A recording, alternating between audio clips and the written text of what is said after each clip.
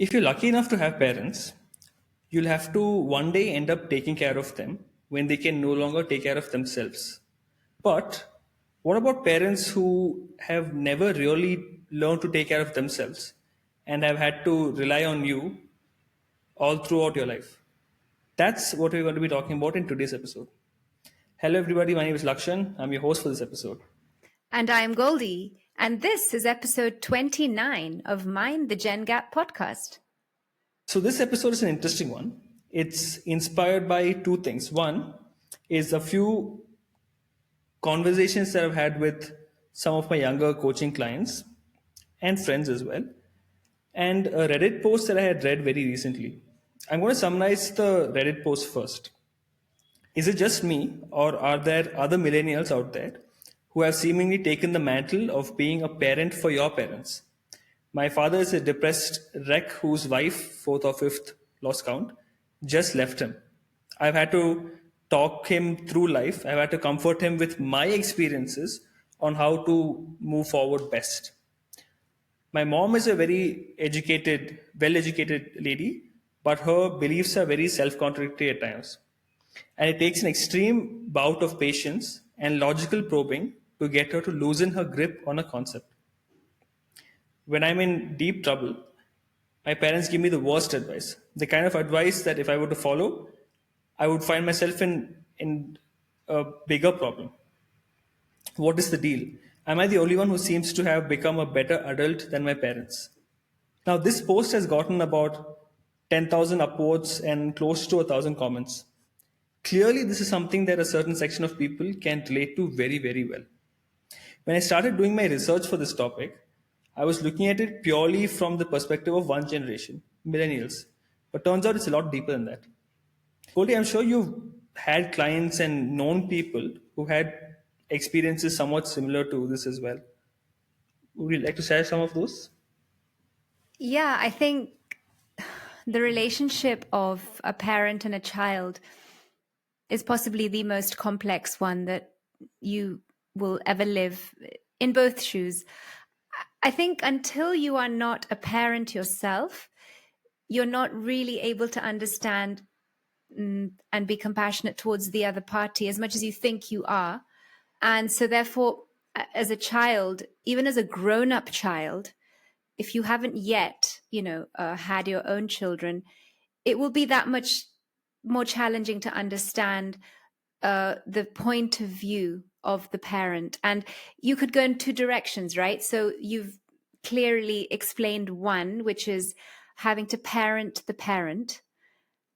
But the thing is, you cannot become a parent to your parent, because that's the reason relationships have labels. And that's the way, we have been brought up to understand there's what we call like a boundary there that needs to be marked.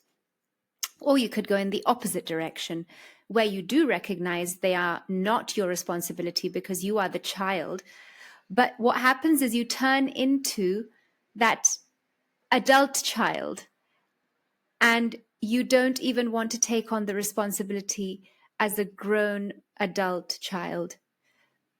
And I feel that's the real problem, where you don't really know where it ends and where it starts. And so the complications kind of go in two different extremes. And I could see that coming through your introduction a lot, because there was a lot of frustration in the dialogue of the Reddit post, seemingly because of emotional navigation that was not very well done on the part of the parents, perhaps. And these adult children almost felt like they need to compensate for that, and take on that load, perhaps, and also essentially don't even resonate with the advice that they're given, which was, I think, the last example you shared, of following something that would just not be given to any reasonable adult. So it's almost as if this experience can take you in one of two ways. One is either you never become a child, you are never a child, so you've been an adult for like the longest time, even when you were younger, or you go to this place where you're like never an adult, even though it's time for you to become an adult, so to say. You are the forever child, so to say. Yeah. That's an interesting one. And the thing is, it's not because you want to be like that. It all comes from a deficiency of some kind that you haven't received. So there's a lot of compensation there that's happening. And so, it's true, isn't it, when they say you can't be a friend to your child because you're the adult. But Yeah. once the child grows up and turns into an adult, at best, you can try and create a child adult friendship. Yeah. So it's like there are, as you started off by saying, no, it's like one of the most complex relationships, right? Because Mm, one, it's like you have to, let's for simplicity say, parent your parents, you parent yourself, and then you parent your children, right? So and the dynamics are so different, and everybody goes through such a different spectrum of experiences, right? And I feel like specifically with respect to people who are parenting their parents from a very young age, yeah. I feel like a lot of them probably don't ever really feel validated by their experience. Yeah. And in the case of this Reddit uh, user, getting say 10,000 upvotes and 1,000 comments would have definitely helped him feel seen, heard, and validated. Yeah. But you know what would make us feel validated? Leaving a like or a 5-star rating on this episode and sharing it with all your friends. And while you're at it, please don't forget to subscribe to us on YouTube and follow us on Spotify. So, Goldie, we're going to be breaking this episode down into two sections. The first Mm. one, we're going to be talking about the story above the surface and below the surface. And the second part is going to be about what you can do to help without losing yourself, because that seems to be a common theme for a lot of people. Now, starting with the first segment, basically there are like two versions of parenting your parents.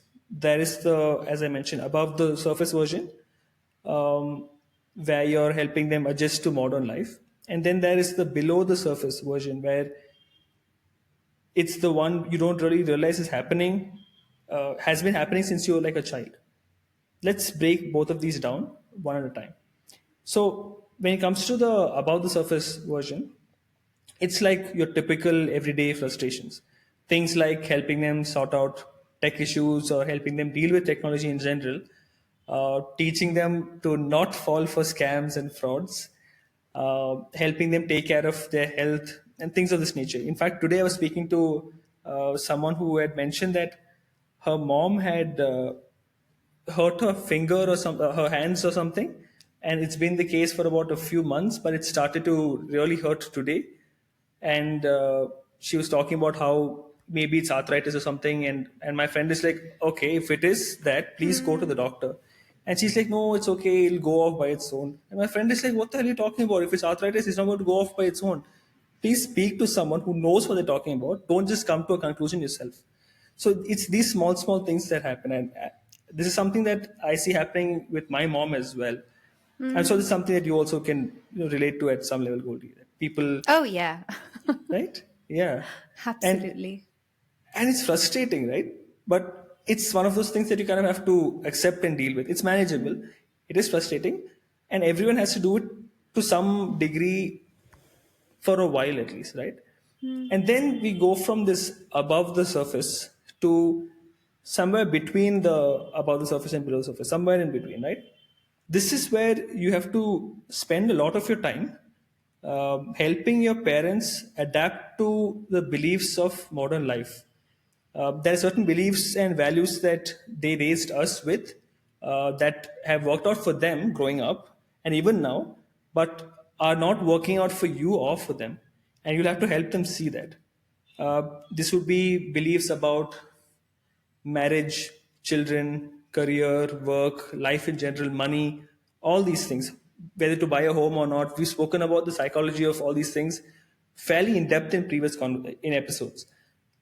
It's things like these where you have to have these open conversations, and it will cause a lot of conflict, but over time, as long as the conversations are open, you'll be able to help them see what it is that you're seeing and how things are currently. But then there is the real, deeper, below the surface version. Now, mostly, like this parenting your parents thing happens once you become an adult. But a lot of people, they started doing it when they were much younger. They've been doing it their whole lives. They've never really had the opportunity to be a child.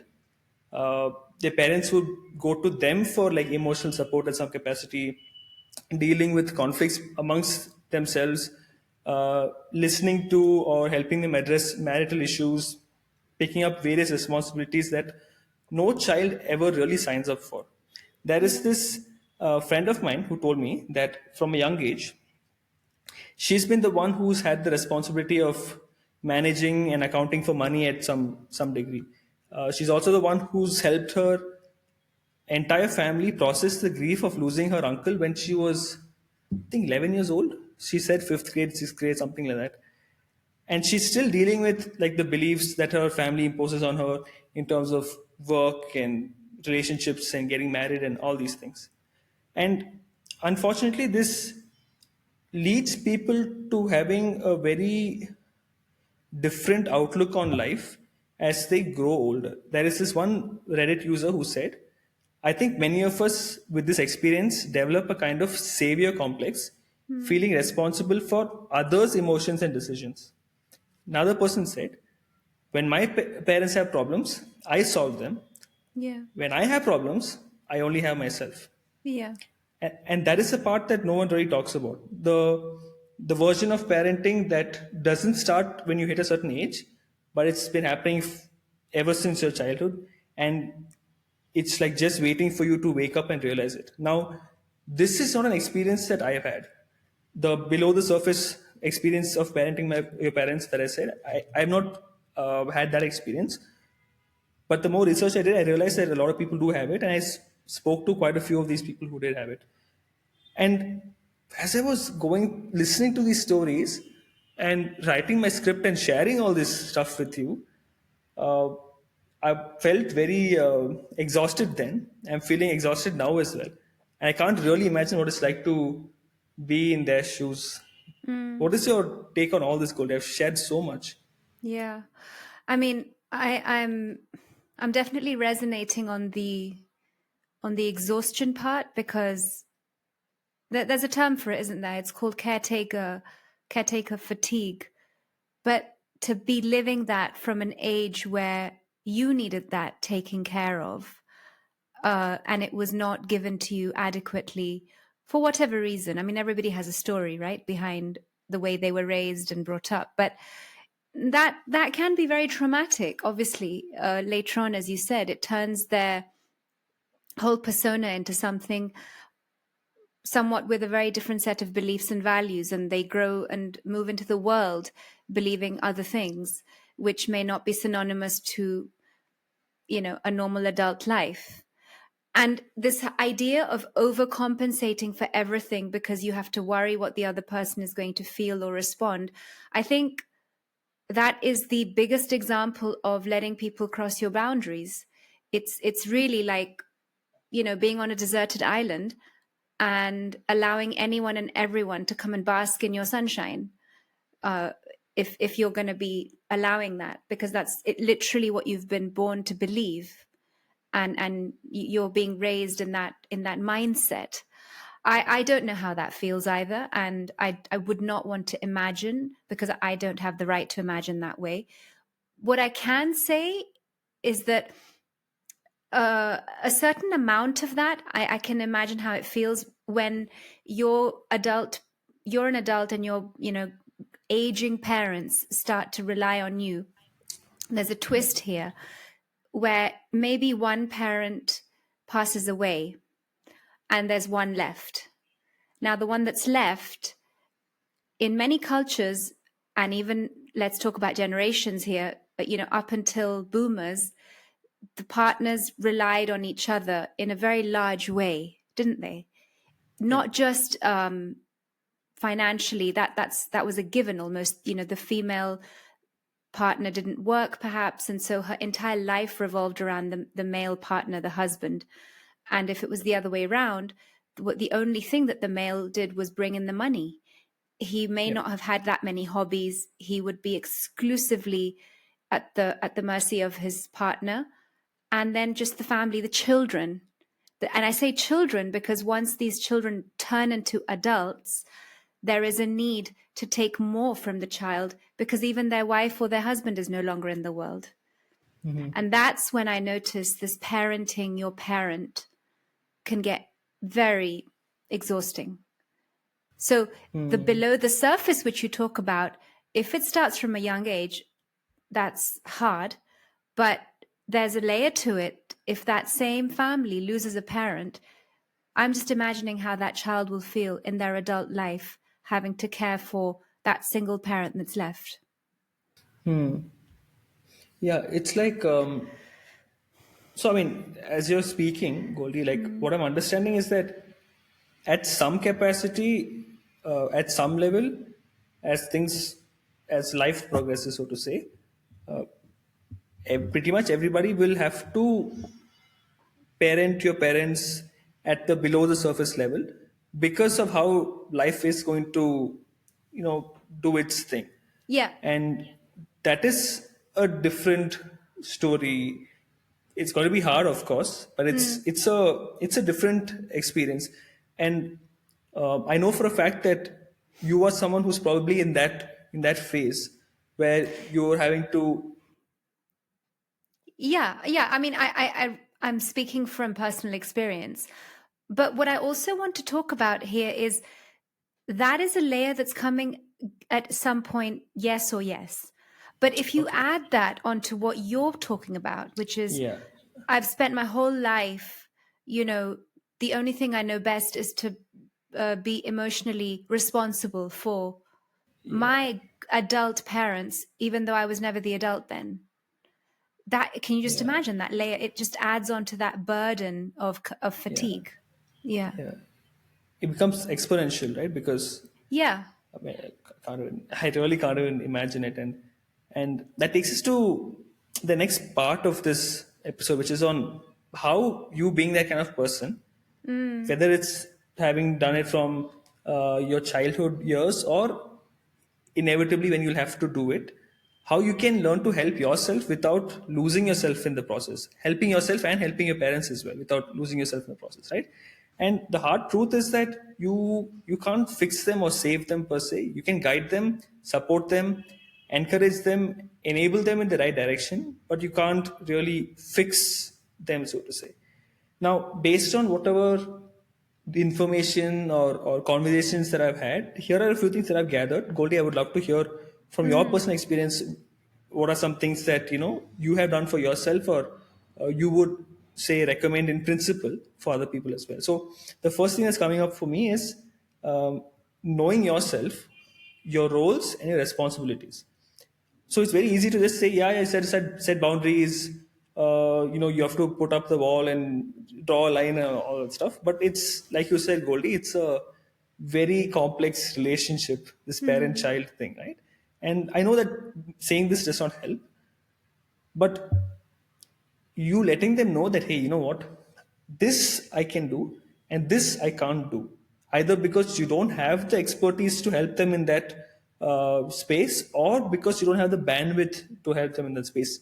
Very clearly communicating, okay, what you can do, what you can't do, is a good way to start. Second thing that's coming up for me is to guide them to professional help. Okay, this could mean counseling, therapy, coaching, spirituality, or any other resources that will resonate with them. You telling them, yeah, go for counseling. A lot of people are like, no, I don't want to go for counseling. I don't need this. Very defensive they may feel, but certain things they're a lot more open to. So guide them, to professional help, and accept that it's not going to happen immediately. Yeah. Third thing that's coming up for me is to seek professional help for yourself.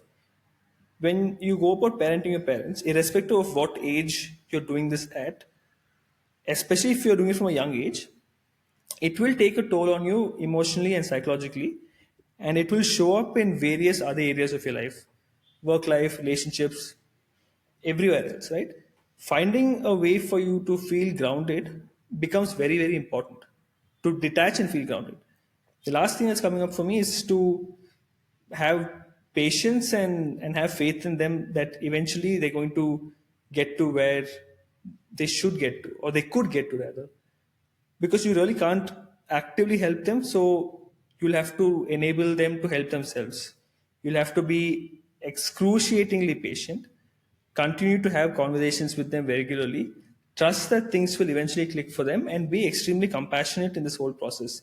So these are some of the things that, per my understanding and my research and the conversations that I've been having with a lot of these people, seems to be working for them. With some people, it's worked slash working. With other people, they're trying it and they're seeing that things are a little better than they used to be.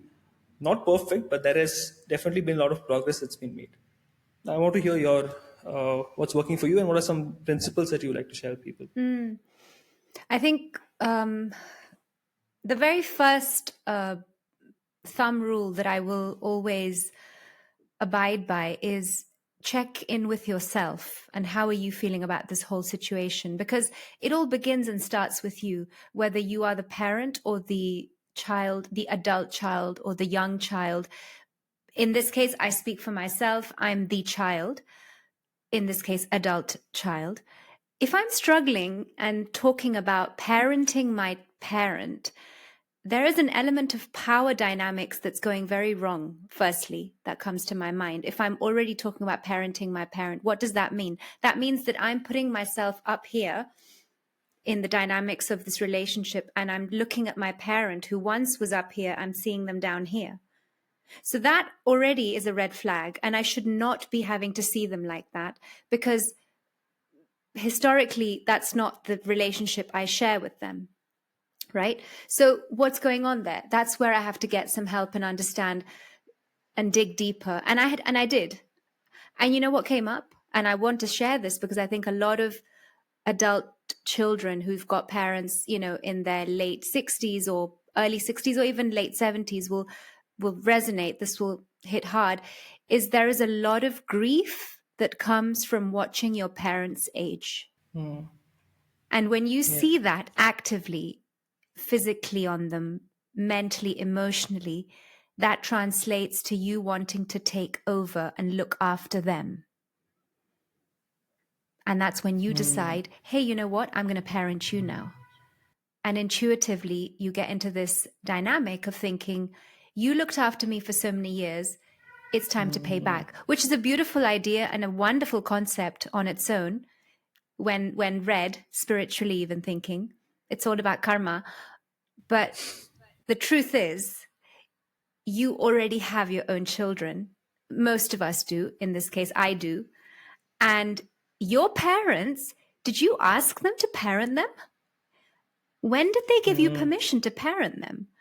I don't remember my mom telling me, hey, Goldie, look after me now. It irritates the hell out of them if you start to be their parent, even if it's subconsciously. And that's where the horns get knocked. Who am I to tell her what to do? I'm sorry, nobody gave me the permission. I may come from a good place. I may think I know better, and I might do. But the truth is, she didn't turn 69 years old under the sun just like that. Yeah. Right? So coming back to me, because I always feel the onus is on me. What can I do? Firstly, accept the fact that, yes, they are aging. And that's just what life is all about. I will be there one day too. How about asking them, do you need my help? Firstly, that would be the first thing, just to make sure the boundaries are clear, the space is not invaded. We talked so much about our space is invaded by them, but what about us invading their space? And that's where I agree with you. If you think that they're struggling with something and they've given you the open space to have this conversation, don't look at them with pity, because, you can smell pity from a distance. Instead, I invite people to think of them as just another friend in your life. And how would you speak to a friend? I mean, Lakshan, you and I are friends. Have I ever looked at you and thought, hey, listen, buddy, you need this, you need to do this? I never tell you what to do. I ask you if you want to talk about something, I'm here to listen. And then if you then ask me, Goldie, how would you do it? I give you my advice. Yeah. Don't True. give unsolicited advice to your parents, which is It's a good why, point, actually. yeah, I mean, they can give us the advice because you know what? They have that, let's call it the authority. They did once upon a time have that on us. And that's why we are in the place we are today. A lot of who we are made out of is based on their value system. Yes, of course, our values are changing. They will constantly be changing. And so are the ones that we put on our children, etc., etc. But let's just not forget about the systemic hierarchy here that is very much visible. Don't break that hierarchy. And if you still think that they're on the wrong path, then trust the process, as you said. They've got their journey carved out, but so do you. Yeah. Yeah. Lovely, very beautifully put, Goli. And that takes us very, very, very nicely towards the closing segment of our episode, which is to say that I know, like, it seemed like we've spoken about our parents, parenting our parents, or whatever you want to call it, in a little negative light. But it's a complex dynamic, as you said, Boli. Like Yeah. it's one of the most complex, right? And we completely understand the complexity of the dynamic, and that nobody's perfect, and that our parents have never really parented before, and they've also never had some their children parent them either. So it's a very new experience for all the parties involved, right? They're trying their best to say raise you, uh, especially when you're younger, and they just figured things out as they went forward. The only thing we can really do is accept things as they are and enable things in the direction of how they could be, right? So enabling yourself to help yourself and enabling your parents to help themselves as well. And that is how you actually mind this particular gen gap. Another thing you can do to mind this gen gap is to share this episode with whoever you see is a good fit when you come to listening to the little complicated dynamic that we discussed in this episode. I'm sure there are certain people coming to your mind who you feel like, yeah, this reminds me of so and so person. Please share this episode with them and open these conversations, because in the very beginning I said not many people feel validated by this experience, and sharing this episode and opening conversations will definitely do that. With that, we've come to the end of episode 29 of Mind the Gen Gap podcast. I've been your host, Lakshan. And I've been your co host, Goldie. Thank you so much for listening, watching, and tuning in all the way to the very end. Muchas gracias. See you in the next one. Hasta pronto. Bye.